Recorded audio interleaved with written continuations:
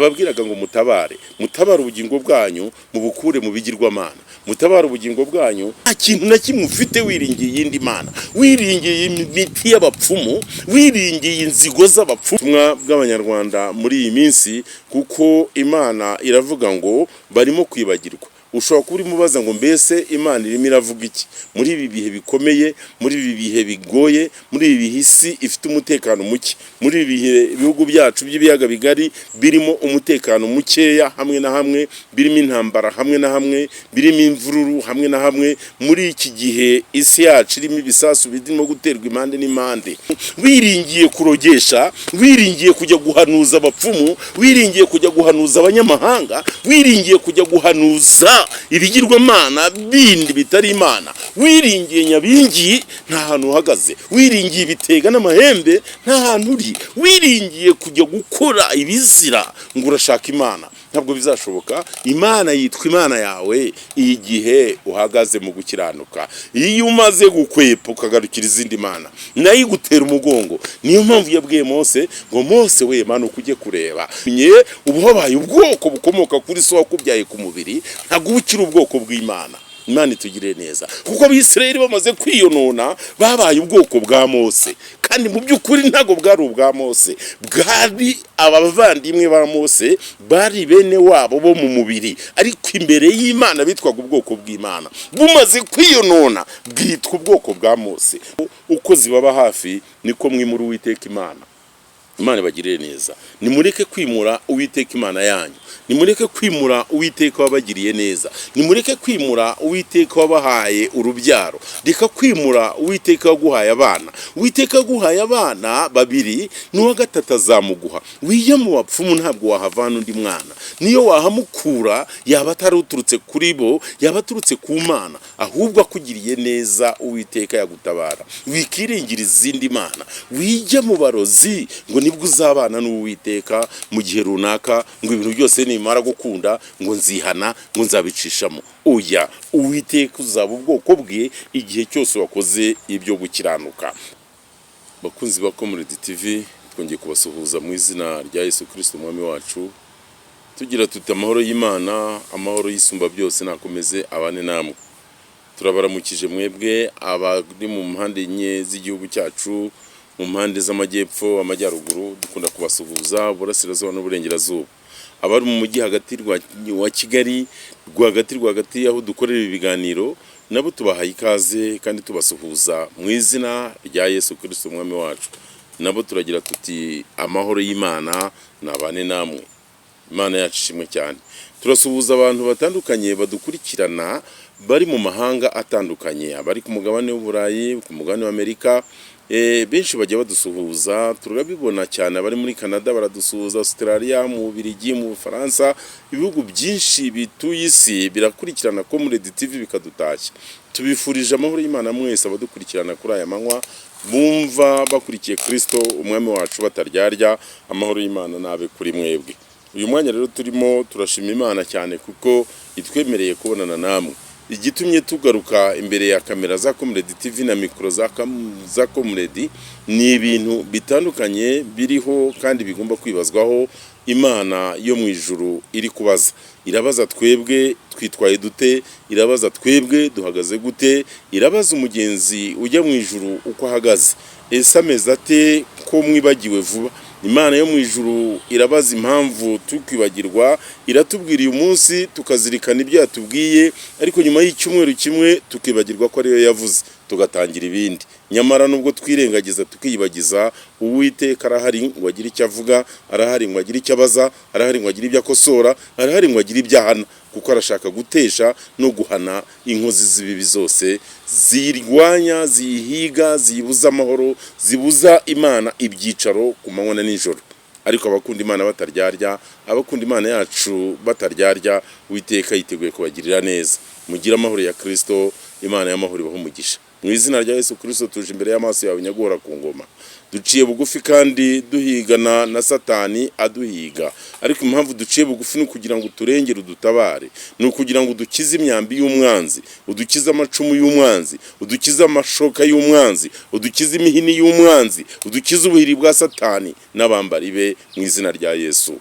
Uwiteka Mana nyir'ingabo utubabarire gukiranirwa kwacu, utubabarire ibyaha byose twagukozeho, ibyo twagucumuyeho ubitubabarire, ubwoko bwawe mu gihugu cy'u Rwanda utubabarire, hanze y'igihugu abadukurikirana bose ubababarire, uduhaze ibyiza bituruka mu ijuru, uduhaze ibyiza bituruka ahirengeye cyane, utugirire ibambe kuko tugutegerejeho Imana, tugutegerejeho kugirirwa neza, tugutegerejeho umugisha uturuka ahera cyane.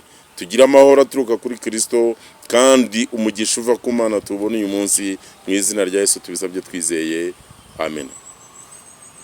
Yesu Kristo nashimwe cyane.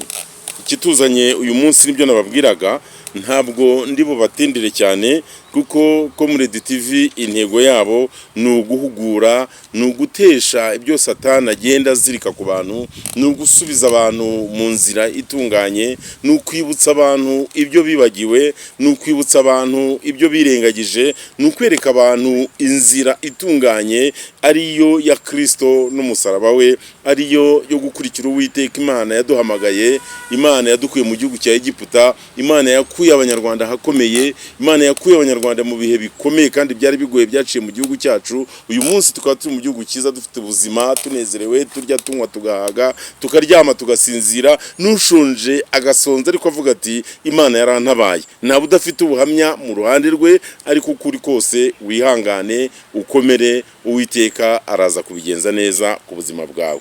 Ushobora kuba uhaze ni byiza, ushobora kuba ushonje ni byiza, ariko igihugu cyacu turimo dutegereje kugirirwa neza n'Imana, dutegereje Imana nubwo hari byinshi idushinja bidatunganye, ariko iradusaba kugira ngo tugende nk'uko bikwiriye, tuyikiranukire ku gatoya no ku kanini. Imana yacu nishimwe cyane. Tugiye gusoma ijambo ry'Imana riri mu gitabo cyo Kuva. Ni ubutumwa bwawe bw'uyu munsi kandi ni ubutumwa bw'abanyarwanda muri iyi minsi, kuko Imana iravuga ngo barimo kwibagirwa. Ushobora kuba urimo ubaza ngo mbese Imana irimo iravuga iki muri ibi bihe bikomeye, muri ibi bihe bigoye, muri ibi bihe isi ifite umutekano muke, muri ibi bihe ibihugu byacu by'ibiyaga bigari birimo umutekano mukeya hamwe na hamwe, birimo intambara hamwe na hamwe, birimo imvururu hamwe na hamwe, muri iki gihe isi yacu irimo ibisasu birimo guterwa impande n'impande. Ese uribaza ngo bimeze bite? Afrika yacu bimeze bite? Mu gihugu cyacu bimeze bite? Mu biyaga bigari bimeze bite? Urabaza ngo mbese bimeze bite? Icyo ni ikibazo murimo kwibaza abagenzi bajya mu ijuru. Mbese ibyo yavuze bimeze bite? Mbese ibyo ivuga ni ibihe? Ibyo yavuze izabisohoza, ibyo ivuga izabikora. Nta na kimwe kizayisobwa kuko ntijya yibagirwa, nta na kimwe kizayisobwa kuko ntijya inanirwa gukora. Imana yacu ntijya ibura uko igira, ahubwo igihe cyose bifite uko igenza, ikibazo cya buri umwe. Niyo mpamvu uyu munsi yambwiye kukubwira aya magambo ari mu ijambo ryo Kuva, mu gitabo cyo Kuva ibice 32 umurongo wa 7. Ntabwo turi butinde turahasoma kuko igihe cyacu uyu munsi ni gitoya. Ngo Uwiteka abwira Mose ati manuka ugende kuko ubwoko bwawe wakuye mu gihugu cya Egiputa bwiyononnye.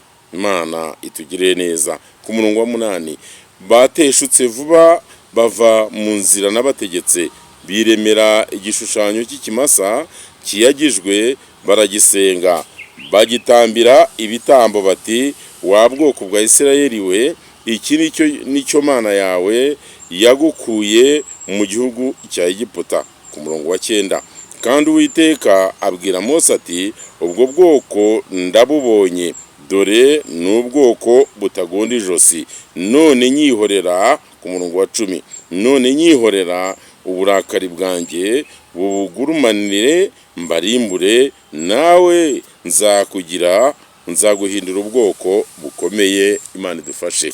Ngaho rero ahantu hakomeye Imana yambwiye kukubwira wowe ukurikirana Comrade TV.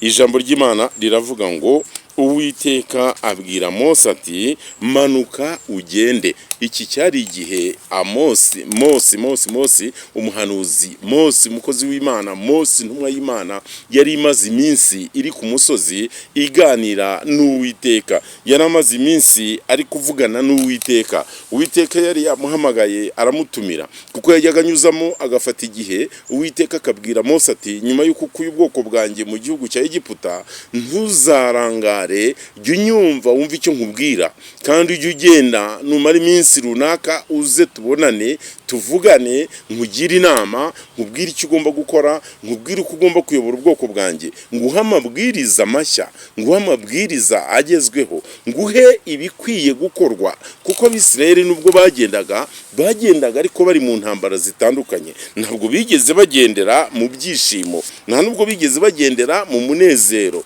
ntabwo bigeze bagendera mu mudamararo. Abisirayeli igihe cyose bagendaga mu rugendo rwabo, bagendaga bafite ibigeragezo byinshi, kuko bari ku rugamba, bari bafite ingabo z'Abamaleki zibatera, bari bafite ingabo z'Abaperesi zibatera, bari bafite ingabo z'Abanyegiputa zibatera, bari bafite ingabo z'Abasiriya zibatera, bari bafite ingabo z'Abamediyani zibarwanya, bari bafite ingabo nyinshi zabarwanyaga mu rugendo rwabo. Ni ukuvuga ngo iburyo n'ibumoso bahoranaga urugamba n'intambara, kuko mu rugendo bari barahamagawemo ngo bave mu gihugu cya Egiputa bajya i Kanani, ntabwo rwari rworoshye. Satani yari yarabazengurutse, Satani yari yarabateze, nk'uko natwe iyi minsi ya none adutega. Igihe cyose kubaho muri ubu buzima ntabwo ari ibintu byoroshye. Bene data bakundwa, nshuti z'umusaraba, bakunzi ba Comrade TV, ntabwo uru rugendo rworoshye mu gihugu cyacu cy'u Rwanda, ntabwo uru rugendo rworoshye mu isi yacu, ntabwo uru rugendo rworoshye mu karere k'ibiyaga bigari. Urugendo rwose rurimo ibibazo, ibyo dukora byose birimo intambara, birimo ibigeragezo, birimo amakuba, birimo ingorane. Niko Abisirayeli bari bameze bahaguruka bavuye mu gihugu cya Egiputa berekeza i Kanani, ariko kubera ko bari bashimishijwe no kujya mu gihugu cy'isezerano, ntabwo bigeze batinya urugamba, ntibigeze batinya intambara. Bayinjiragamo rwose, bakagenda nk'abafite iyo bajya, bakagenda nk'abazi aho bagiye. Ntabwo mu buzima bwabo bigeze bacogora ngo bumve ko bari mu gihe kibi, ahubwo bumvaga ko igihe cyose nubwo byaba bibi, nubwo byaba byiza, bagomba kumaramaza, kuko urugendo rwabo rwari urwo kuzagera mu gihugu cy'isezerano. Imana itugirire neza, cy'isezerano nk'uko Imana yabo yari yarababwiye. Haleluya, haleluya. Nuko byagenze. Mose igihe cyose yahoraga ari kumwe nabo, Imana ikamubwira iti haguruka uze ku misozi miremire, ku musozi Sinayi, ku musozi uruhije, ku musozi w'ibitare, uze twihererane tuganire, nkubwire amakuru y'ibihe biriho, nkubwire icyo ugomba kubwira abantu banjye, gerageza uzamuke. Mose akabwira Aroni, akabwira Abisirayeli ati musigare, ndazamutse, ngiye kubonana na databuja, ngiye kubonana n'Uwiteka Imana yacu, ambwire amabwiriza mashya, nze mbabwire icyo Uwiteka avuga, kuko yambwiye ngo nze tubonane. Mose aragenda ajya kubonana n'Imana. Mose aragenda atindayo, yamazeyo iminsi. Imana yamumaranye iminsi kubera ko hari ibyo yashakaga kumenya. Imana yamumaranye iminsi kuko hari ibyo yashakaga gusobanukirwa mu Bisirayeli. Yabonaga Abisirayeli bayikunze, ariko batayikunze bivuye ku mutima. Ihitamo kumutindana gatoya ngo irebe, nk'uko igitindana amasezerano yawe ngo irebe ko ukomeza gushikama. Uwiteka yatindanye amasezerano yawe atari ukugira ngo aguhime, ntabwo yayatindanye ngo kugira ngo akugushe. Uwiteka ntabwo atinze gusohoza isezerano ryawe kugira ngo akwangirize ubugingo, ahubwo arashaka kureba ko uhagaze neza ku rufatiro, arashaka kureba ko wiyonona, kuko ntabwo aba ashaka kureba ibihe bibi n'ibyiza kuri wowe, ahubwo ashaka kureba ibyiza ushikama ugahagararamo. Arashaka kureba uko utambuka mu bihe bigoye, arashaka kureba uko ucika imitego y'umwanzi Satani, kuko Uwiteka anezezwa n'intsinzi iturutse kuri we ikuganaho, igana kuri uriya. Uwiteka anezezwa n'intsinzi yacu. Niyo mpamvu uyu munsi ajya twemerera ko amasezerano atinda gusohora, ajya twemerera ko amasezerano tuyagumana, kugira ngo amashimwe yacu yiyongere, kugira ngo aho bizaba bisa n'ibikomeye tujye tuvuga ngo Uwiteka yarakoze, Imana yacu yarakoze, Imana yacu yakoze ibitangaza. Niyo mpamvu ibyo bivuzwe, Imana yo mu ijuru ihabwa icyubahiro. Uyu munsi turi hano, byinshi turwana nabyo, byinshi duhura nabyo, n'Uwiteka udutabara, n'Uwiteka udukomera, akatubera amaso, tukamukomera mu mashyi, kuko yatugaragarije intsinzi. Niyo mpamvu agereka uwiteka amasezerano agakererwa gato. Ntabwo rero icyo yakubwiye yibagiwe kugisohoza. Uyu mwanya wa none umwuka w'Imana akugezeho aragukomanga akubwira ngo humura, ibyo yakubwiye ntabwo yatinze kubisohoza, ibyo mwavuganye ntabwo yabyibagiwe. Ntabwo uwiteka yibagirwa, ntabwo uwiteka asoma akantu, ntabwo uwiteka ajya anywa agacupa ngo yirengagize, ntabwo uwiteka ajya yibagirwa kuko ntasinzira, ntahunikira. Igihe cyose ahora ari maso, yiteguye kukurwanirira, yiteguye kugukorera igitangaza, yiteguye gusohoza isezerano mwagiranye. Ariko yaratinze gato kugira ngo arebe uko ku munzani upimirwaho ugaragaza ibiro, niba wizeye, niba ushyitse, niba udashyitse. Imana ikugirire neza. Ngo nuko Imana itindana Mose gato, imutindanye gato Abisirayeli baracogora bibagirwa Imana. Niyo mpamvu Imana yahise ihamagara Mose iramubwira ngo Mose we, manuka usubireyo, bwa bwoko bwawe bwibagiwe vuba. Imana itugire neza. Uwiteka ageze igihe akivumbura karakara. Kubera iki yabagaragariye ubwoko bwe? Ntabwo wavuga ngo yivumbuye ate, kuko Imana ntijya irakara, ariko ntiyibuza uburakari nta mpamvu. Igibugira ikanabukuraho kubera impamvu, igibugira ikanabukuraho kubera ko hari neza mwayigaragarije, hari ukwihana no guhindukira, hari ugutaka no gutakamba mwayigaragarije.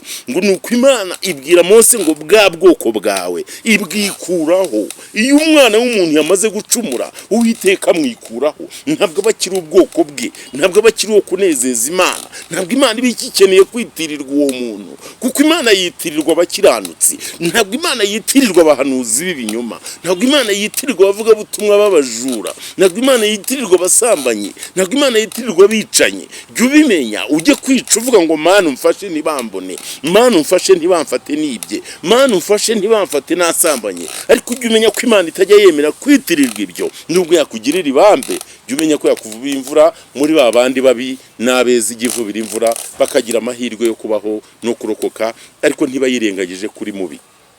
Ngo nuko Uwiteka abwira Mose ati bwa bwoko bwawe genda urebe, manuka usubireyo, ubwoko bwawe bwacogoye. Uwiteka yabonye wamaze gucumura, ntabwo wongera kuba ubwoko bwe. Ntabwo bwari ubwoko bwa Mose mu by'ukuri. Bibiliya iratubwira ngo ni ubwoko bwe yari ikuye mu Egiputa, kuko ikimenyetso cyerekana ko bwari ubwoko bw'Imana. Imana yabwiye Mose ngo nabonye ubwoko bwanjye ko buntakira, nabonye ubwoko bwanjye ko bubabaye, nabonye ubwoko bwanjye ko bunshaka. Genda umbwirire Farawo arekure ubwoko bwanjye butahe bujye kunkorera.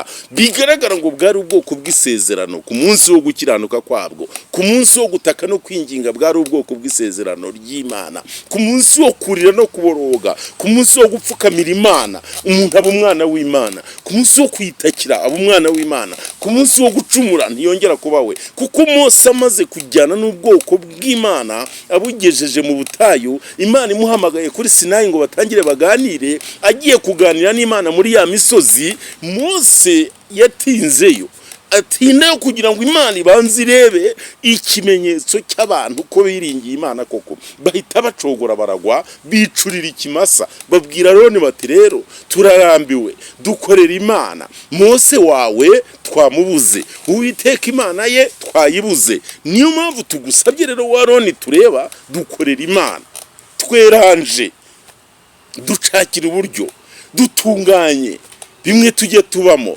tukibagirwa Imana, tukajya ku bapfumu ngo nibatweranje. Nyiranja nshakira uduti, nshakira amadagara, nshakira uburyo nabaho. Wa mubyeyi we mfasha, Mana ya runaka mfasha, Mandwa ya kanaka mfasha. Hahandi wibagirwa Imana, aho niho Abisirayeli bageze, bibagirwa ko Uwiteka ari we wabahamagaye. Hahandi mu rugamba abantu bacogora bakibagirwa Uhoraho, niho Mose Imana yamubwiye ngo manuka ujye kureba, bwa bwoko bwawe bwarangije kwiyonona. Imana iturengere, Imana itugirire neza. Ku munsi w'igicumuro ntabwo ukiri ubwoko bw'Imana. Uyu munsi uri umwadeperi. Ku munsi w'igicumuro cyawe ntukiri ubwoko bw'Imana, uri umwadeperi wo mu isi, uri umunyedini. Ku munsi w'igicumuro ntabwo ukiri umunyamwuka. Mu munsi w'igicumuro ntukiri umukatolike w'imbaraga, ntukiri umurejiyo w'imbaraga, ntukiri umukarismatike w'imbaraga. Ku munsi w'igicumuro uri umukatolike w'idini. Imana itugirire neza.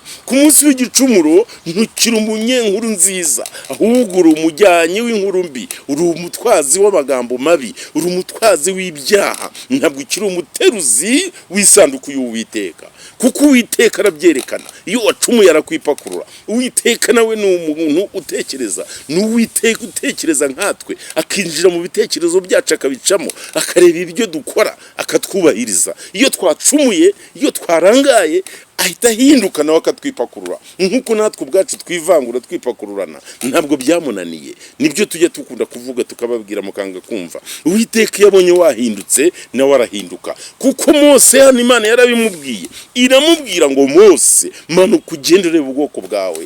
Ubwoko bw'Abisirayeli bwari ubwoko bw'Imana, buva mu Egiputa bwari ubwoko bw'Imana, bwambuka inyanja itukura bwari ubwoko bw'Imana, butungwa Imana ibushakira amano bwari ubwoko bw'Imana.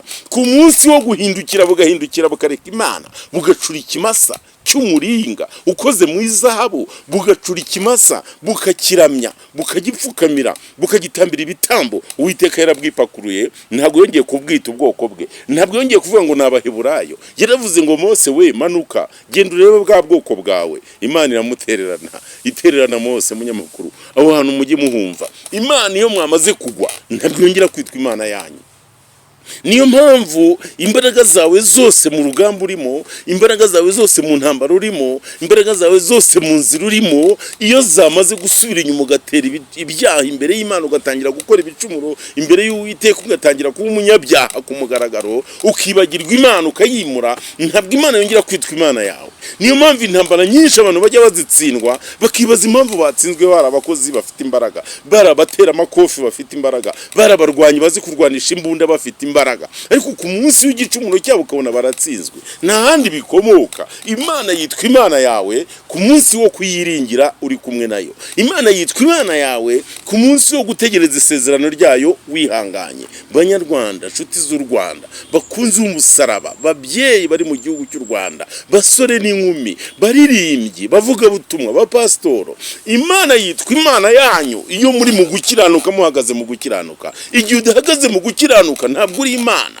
ntabwo uri ubwoko bwayo, nturi umwana w'Imana, nta kintu uri cyo. Ariko igihe uri muri yo turuta umwana dutoya, uri akamana gatoya. Igihe uri muri yo, igihe uri muri yo uri kumwe nayo. Igihe utari muri yo uri ubwoko bwa so, uri ubwoko bwa runaka, uri umusinga, uri umwega, uri umunyiginya, uri umubanda, uri umuhutu, uri umututsi, uri umutwa, uri umukongomani, uri umunyarwanda, uri umurundi, uri umugande. Igihe utari mu Mana, ariko igihe uri mu Mana uri ubwoko bwayo, urashimwa, Imana ikaba mu ruhande rwawe. Haleluya. Igihe uri mu Mana, Imana ibana nawe.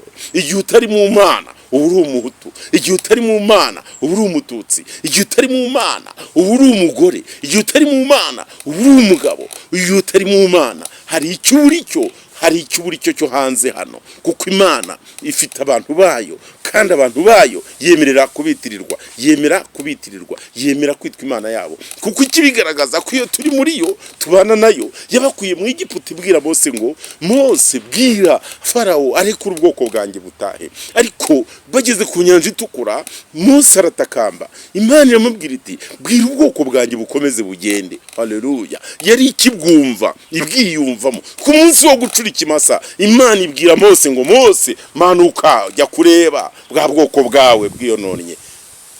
Munyamakuru, wahumvise ku munsi w'igicumuro ko Imana yipakurura umuntu?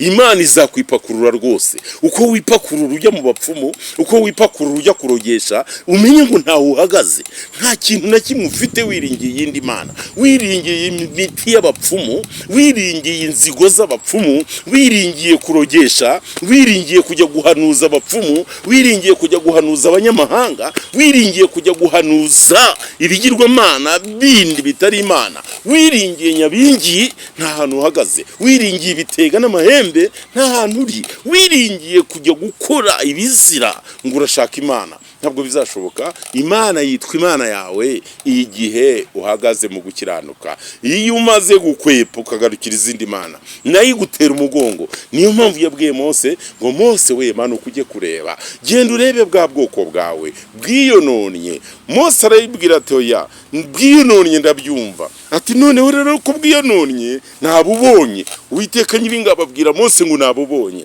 Uwiteka nyir'ingabo arambwira ngo nkubwire ngo yakubonye. Iyo wamaze kwiyonona aba yarangije kukubona. Iyo mwiyononnye ntimwongera kwitwa ubwoko bw'Imana. Iyo mwiyononnye ntimwongera kwitwa abakozi b'Imana. Iyo wiyononnye ntubukire umuhanuzi w'Uwiteka. Iyo wamaze kwiyonona ntabwo ugikorera Uwiteka. Iyo wiyononnye uba wabaye ubwoko bukomoka kuri so wakubyaye ku mubiri, ntabwo ubukire ubwoko bw'Imana. Imana itugire neza, kuko Abisirayeli bamaze kwiyonona babaye ubwoko bwa Mose, kandi mu by'ukuri ntago bwari ubwa Mose, bwari abavandimwe ba Mose, bari bene wabo bo mu mubiri, ariko imbere y'Imana bitwaga ubwoko bw'Imana. Bumaze kwiyonona bwitwa ubwoko bwa Mose. Nuko Uwiteka aremye, nuko Uwiteka akora, nuko Uwiteka ateye, nuko abigenza.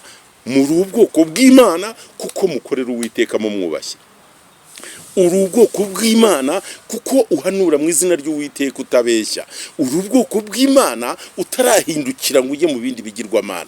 Uri ubwoko bw'Imana igihe ugihanurira mu mwuka utagize aho ubogama. Uri ubwoko bw'Imana utagikoreshwa n'amafaranga. Igihe cyose wamaze guhinduka ikigirwamana cy'amafaranga kiri imbere yawe, ariyo ukorera, ariyo ushimikiye imbere, ariyo ushaka, itorero ukarishinga ariyo ushaka, ntabwo uri ubwoko bw'Imana. Wikiyita umukozi w'Imana ushimikiriye amafaranga imbere yawe, kuko icyo ukurikiye n'ayo mafaranga. Uri ubwoko bw'amafaranga. Uri ubwoko bwande bwa so wakubyaye. Ntukiri ubwoko bw'Imana ku munsi w'igicumuro cyawe. Imana itugirire neza. Ntabwo ndi butinde rero. Imana nuko yabwiye Mose, iramubwira iti ubwoko bwawe bwancumuyeho, kandi witandukanye nabwo mburimbure. Ntabwo Imana izareka kubarimbura nimukomeza gutandukira mujya mu bigirwamana. Ntabwo Imana izareka kubarimbura nimukomeza gucura izindi mana. Uko mugenda mushakisha izindi mana,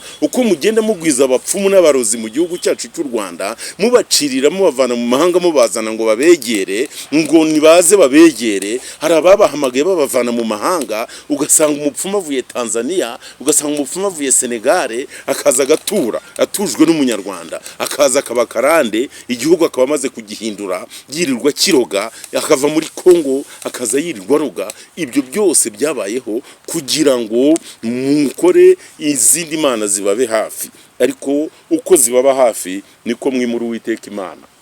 Imana bagirire neza. Nimureke kwimura Uwiteka Imana yanyu.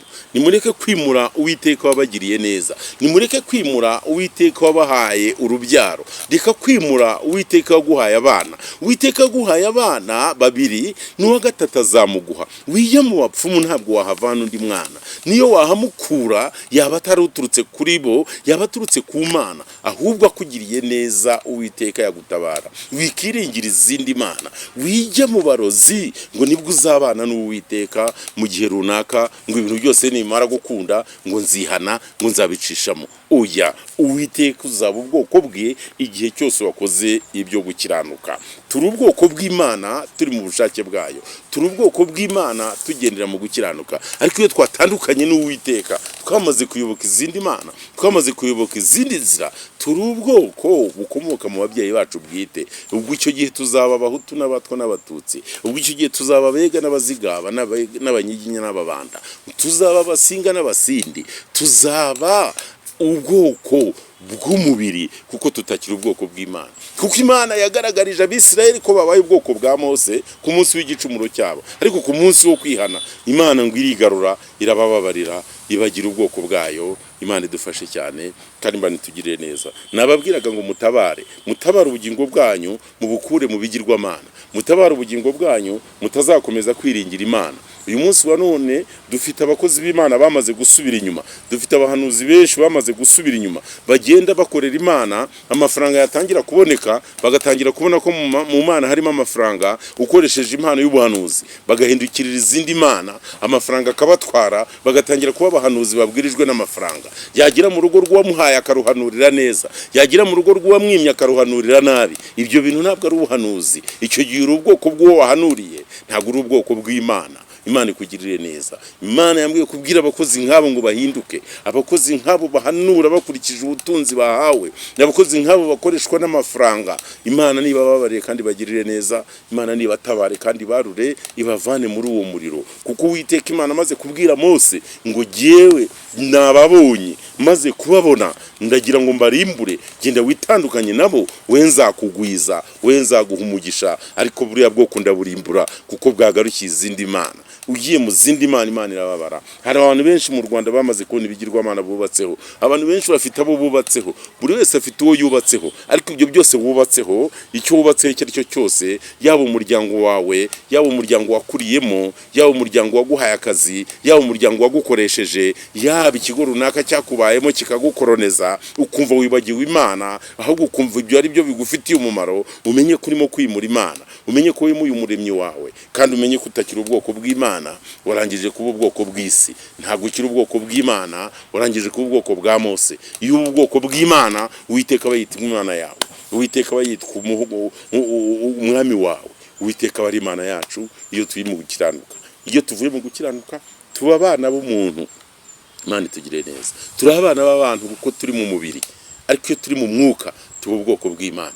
Imana itugire neza. Nagira ngo usabe uyu munsi umaranire kuba mu bwoko bw'Imana. Imana itugire neza. Burana kugira ngo usubire mu bwoko bw'Imana. Va mu bigirwamana, va mu bitagira umumaro, va mu guterekera, va mu kubandwa, va mu kwiringira no kuraguza, va mu kwiringira imiryango, va ku kwiringira akazi ariko kose wabonye kagutera gucumura buri munsi ku manywa na nijoro, ukaba urimo guhemuka kugira ngo wubahirize amategeko y'akazi. Ibyo byose bifashe hasi, ugarukira Uwiteka Imana yawe, nawe arakubabarira kandi arakugirira ibambe.